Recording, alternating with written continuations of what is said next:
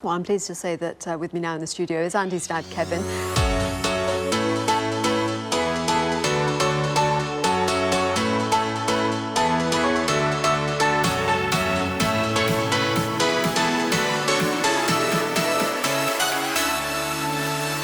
Hello folks and welcome to today's vlog.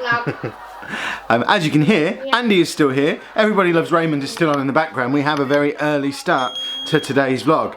That is because, as you saw on yesterday's vlog, today is a big day. If all goes to plan, in about 2 hours, I'm going to be making my live national TV debut on the Victoria Derbyshire show on the BBC. As you can see though, I'm still at home. Their studio is at Broadcasting House in central London. It's currently 8:10 in the morning. I've got a train booked out of Peterborough in 1 hour and then a taxi waiting for me at King's Cross Station to get me from there to the Broadcasting House so I can be on air shortly after 10:30. But of course, all of that relies on me getting to Peterborough train station in the next hour. Anna is at work this morning, so I've got to wait here until Andy goes to school.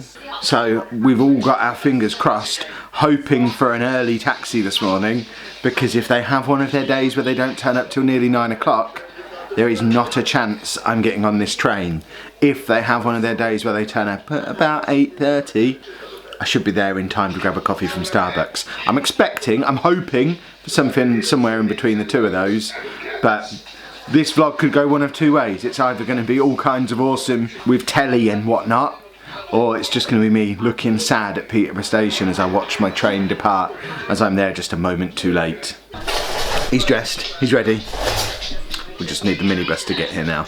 22 minutes past 8, Everybody Loves Raymond still not finished. Andy's already in the minibus, just waiting for it to drive away. I love the world sometimes. I've got 50 minutes to get on my train.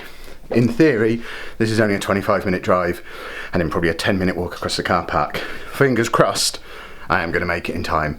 Although I'm out of breath because I've just been running around the house, getting his bag together, getting his shoes on, because they were earlier than I could have ever hoped for. But they've just driven away.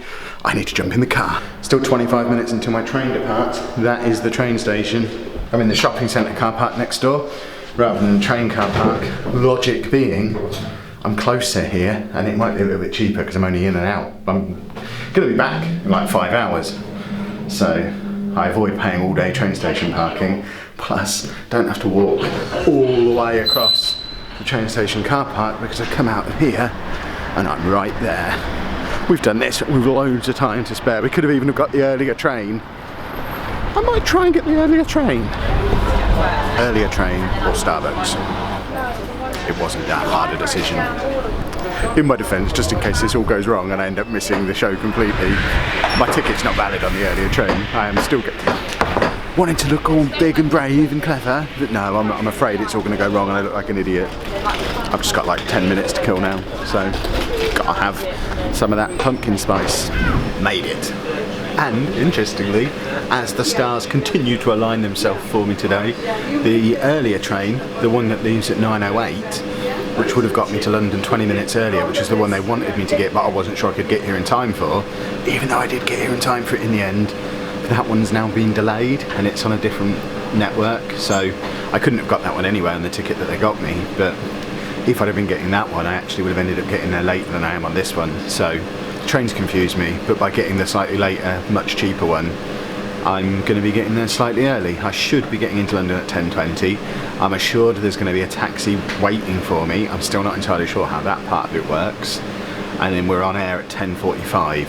Google Maps tells me it's a 10-minute drive from King's Cross to New Broadcast House. But obviously that probably doesn't take into account traffic. They've said allow 15 minutes, so I should be getting to Broadcast House at 10:30, 10:35ish, which should give me 10 minutes before I'm live on national TV. I'm not enough time to be nervous, am I?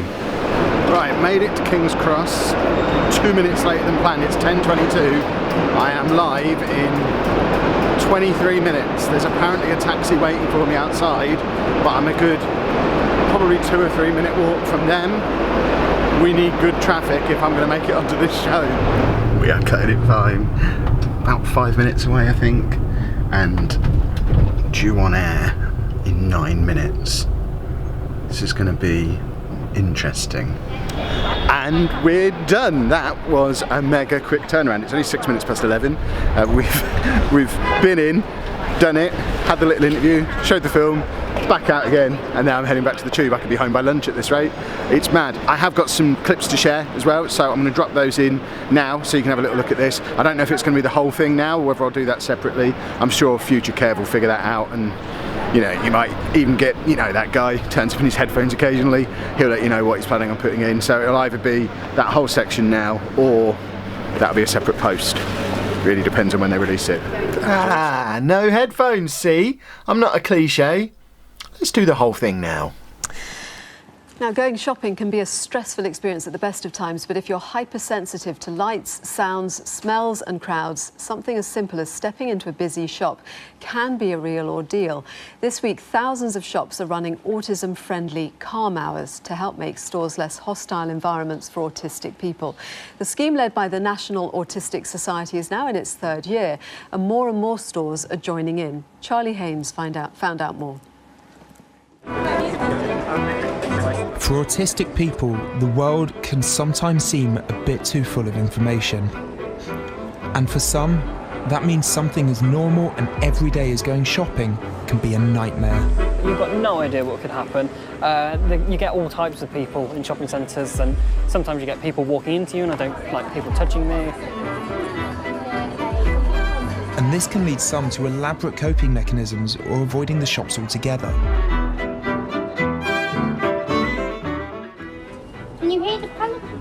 I can hear the pelican crossing. This is Andy, and this is his dad, Kevin. Andy's autistic, and for him and his family, there's no trip to the shops without having also completed his rituals to help him cope. Are we going to the toy shop now then? Yeah. So we're going this way? Yeah. Yeah? This way? We could never do a shopping experience where we're just wandering around the shops for like recreation. It's always for a purpose, and it always involves a lot of lifts and a lot of going to churches. For every time we go in a shop, he'll have to go up in a lift, or he'll have to go to a church, or he'll have to go and get his favourite foods. Andy films everything on his camera, inspired by Dad Kevin, who's a vlogger. Every lift and every till, helping him to process the day.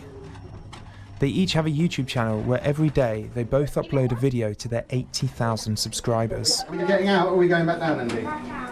We're going back down in a minute, are we? The main coping mechanisms we've got when we're out and about with Andy is, it's really just making sure that he's fully aware of everything that we're going to be doing. Right, Andy, we've got... I'm my watch, right? 7 minutes until the shop opens. 8 minutes, 7 minutes. Until the toy shop opens, and then we can go and look for some Lego. Yeah? The shopping experience for autistic people is unique to each individual. Connor can sometimes find the experience overwhelming. You've got no idea what could happen. You get all types of people in shopping centres, and sometimes you get people walking into you, and I don't like people touching me. In a busy shop, sound has a big part in it, because the music, depending on what type it is, can really affect me. So if it's club music, for instance, the beat of that really puts me on edge and makes me really, really anxious. All lights seem too bright, everything's a bit much, so having them that extra bit brighter makes it just really, really draining on my eyes. It feels as if I'm at a rock concert. It's interesting when you get shop assistants come up to you, because I don't particularly like the interaction there. You don't want small talk. I just like to wait for I hate pigeons. You get all those perfume counters and all those different smells just add up. It's too overwhelming, too much to process, and it almost hurts my nose, which then hurts everything else. In shopping centres, there's that many things going on that often there can be crashes or bangs, and they can just tip you over the edge, because if I'm already on a high level of stress, that little bit can just be that much to just tip me over and, well, explode.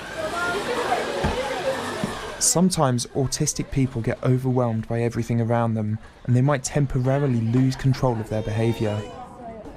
The worst it ever got was a couple of years ago. Not having the thing that he wanted in the shop was the last straw, and he ended up going into full meltdown, took off all his clothes, dropped down onto the floor, and he was just naked on the floor of the co-op, screaming because he didn't want to be there. Now shops are starting to recognise that stores can be a hostile place for autistic people. This week, as part of a campaign with the National Autistic Society, they're pushing to make a change, experimenting with running something called an Autism Hour. Thank you. Enjoy the rest of your day, guys. Can this improve Connor's shopping experience? Once a year, for an hour, we sort of try and do what we can to accommodate the needs of the customer. So the music will go off like it is now in the store. So normally we're quite a loud environment, bit of a sort of disco feel. So we turn that off or right down to make the people comfortable, accommodate their needs in the service. So if they need to be left alone for a little bit, or if they need more interaction than we'd normally give, then we do that. Over 10,000 shops and businesses across the country are running Autism Hour this week. People are just a lot more accepting of the fact that not everyone faces the same challenges. Things that other people find simple could be quite difficult for a lot of us. So it's good to see that people are more empathetic towards that, because that's the way we need the world to be. Well, if they can do that once a year, why can't they do that once a week or once a day even? It didn't take them that much effort, but it would make a lot of difference to a lot of people. Well, I'm pleased to say that with me now in the studio is Andy's dad, Kevin, who we saw in that film. Also with us, Florence Leslie, she is autistic, and also with us, Tom Purser, who's the campaign manager at the National Autistic Society and dad to an autistic son himself. Welcome, all of you. Thank you for coming in. Kevin, it was a really powerful report to watch there, actually. Andy giving us a really good sense of what it is like to go into an environment that a lot of us just take for granted, but to him, it's a whole different ballgame. Yeah, absolutely. It's a very, very stressful experience when it doesn't go well. It isn't always, and it depends on the day, depends on his mood, depends on how he's feeling. But yeah, the clip we mentioned there about the incident in the Co-op years ago was probably the lowest point shopping ever got for him. Yeah, and for you as well, because, I mean, Yeah. Presumably there was very little Well, that I was you could actually do at work at the time. He was with his mum. Okay. I was at work. I was still working as a teacher at the time, and I was a half-hour drive away. So I ended up actually having to drive home from work to literally carry him out of the supermarket naked across the car park, because he just couldn't cope with the situation that he was in, and the only way he could calm himself down would be to get back in his bedroom. But they were like a 2-mile walk away from home, and there was nothing she could do to help him. Did you understand at that stage, and your wife, what it was that was making him respond like that in those environments? Yeah, it certainly wasn't the first incident like that we'd had, and it's often an accumulation of different factors, and you never quite know when it's going to happen. But that particular day, there was an incident on the way where he almost collided with somebody in a mobility scooter. And that really put him on edge. So he went into the shop and he was already quite stressed out about the whole thing. And once he got in there, the thing he was looking for wasn't there, and that was it. As soon as that happened, he couldn't handle the situation anymore. Florence, you're 24 now, and I know that you were diagnosed with autism at 21. Yeah. What have your experiences been of going into environments like this? So I'd say that my experience as an autistic woman would maybe be slightly different. So I was diagnosed when I was 21, which was quite late. It was investigated when I was younger, but I was told, oh, she's just quirky, you know, she'll grow out of it. And so because of that, I learnt to almost repress my autistic traits. So I might enjoy shopping with my friends, but I'm quite sensitive to loud noise and bright lights. So then I would just learn to deal with it and shut it down. And how do you do that? Because I mean, as we're hearing Andy's experience described, it's like obviously a visceral thing in him. He doesn't like what's going on around him and couldn't articulate why, and reacts in a physical way. Sure. You learn to deal with it over time, Yeah, but that must have been absolutely. quite hard. Yeah, I mean, it was absolutely difficult. I mean, when I was diagnosed with autism when I was 21, I was a very dark place in my life. I was very depressed. I didn't really know why I felt the way I felt. Maybe I'd react to things differently than some of my friends. And yeah, but then, everybody's different. So while I might maybe not go into meltdown necessarily in a shopping environment, it wouldn't maybe lessen the how I'd have to make sure that I'm feel pressure to fit in and act in a certain way.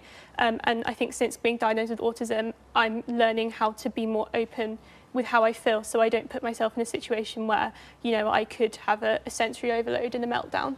Tom, we're talking about this because of the Autism Hour that's been introduced. It's, I mean, it's a gesture, but it's a small one, is it as helpful I mean, obviously it does give a time for people to go into that environment and feel perhaps differently about it, but it also gives the rest of us a chance to actually think about how some people feel when they go into those environments. Yeah, so what we want to do at the National Autistic Society is try and create a society that really works for autistic people. And what Autism Hour is about creating a moment where, yes, it's about making shops more accessible, it's about reducing the lights, dimming down that noise, but it's also about creating a time where people that work in shops are thinking about the needs of their autistic customers.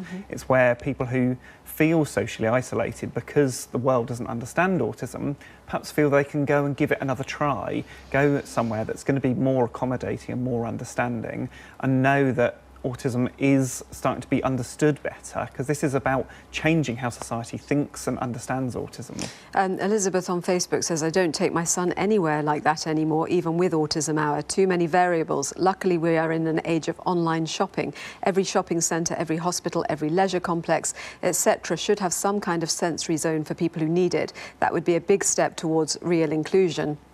Lorraine on Facebook, whilst I agree with the sentiment, you can't cater for everyone's particular problems. Shops need light and are noisy and busy. Best have the last hour with dimmed light and no music. I mean, is there more that places could do, Tom, just on a day-to-day basis? Do the lights have to be so bright? It's a bit like, does the air conditioning have to be so cold in shops? You know, there are lots of things that you think actually might save them a bit of money and help all of us, actually. Well, the entertainer toy shops took part last year in Autism Hour, and they've actually introduced a regular quiet hour as a result of the feedback they've got. And it's not just autistic people and their families that say this is a good thing. Lots of other people have given us feedback that a calmer, quieter, more understanding shopping environment is actually a bit more pleasant than the overwhelming overload of noise and sound and light that modern shopping has become. But what we really want is for this to be a starting point for those people taking part, all the 10,000 shops taking part. We want them to think about what they can do after their Autism Hour to be more autism friendly, to think about the needs of their autistic customers, and to think about what part they can play in making society a more accommodating place for autistic people. And just very quickly, Florence, I mean, it's part of normal life, isn't it? When you're going out with your girlfriends at school, did it hold you back? I would say, yeah. I mean, I would say when I was diagnosed with autism, it would be almost the new normal. So my life did change in a positive way, and it didn't hold me back, but it changed how I interacted with people. Thank you very much, all of you. Thank you, and thank you for your company today. BBC Newsroom Live coming up next. I'll see you soon. Bye-bye. I've never got the train back from St Pancras before. This is new. It's also only 11:31. An hour ago I was just getting into the taxi. Now I'm back at the station, heading back to Peterborough. And I'm back in Peterborough, less than 4 hours after I left. That's what I call an efficient trip. I am starving. And I'm home. I've actually been home about an hour, but I've been playing Zelda on this because I wrote the day off today because I knew I was going to London, and I was playing Zelda on the Switch on the way down, and I fell out with it and actually took it out of the machine and got in the right grump with it. Played something else on the way back. Female with a pink, yeah. Anna was telling me why I should give it another go, so I've been giving it another go. I've still fallen out of it. But Andy's home. Hello. Hello. Have you had a good day at school? Yeah. What did you do? Watch go to tram. You went to the tram, did you? You were on the telly today. School. Andy, you were on telly today? Yeah. On BBC. Andy, on BBC. Yeah. We'll have to show you. We'll show him.